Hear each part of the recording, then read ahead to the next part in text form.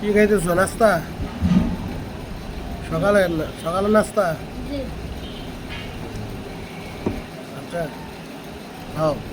তোমার কিছু খাও নাই? কে? হুম?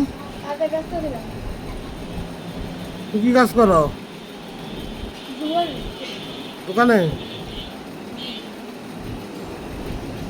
আচ্ছা, খাও, পেট ভরে খাও।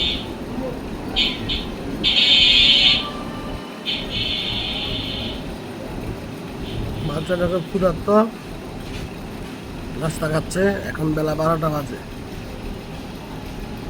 মুখ চোখ শুকিয়ে গেছে। সবাই দোয়া করবেন তার জন্য। আসসালামু আলাইকুম।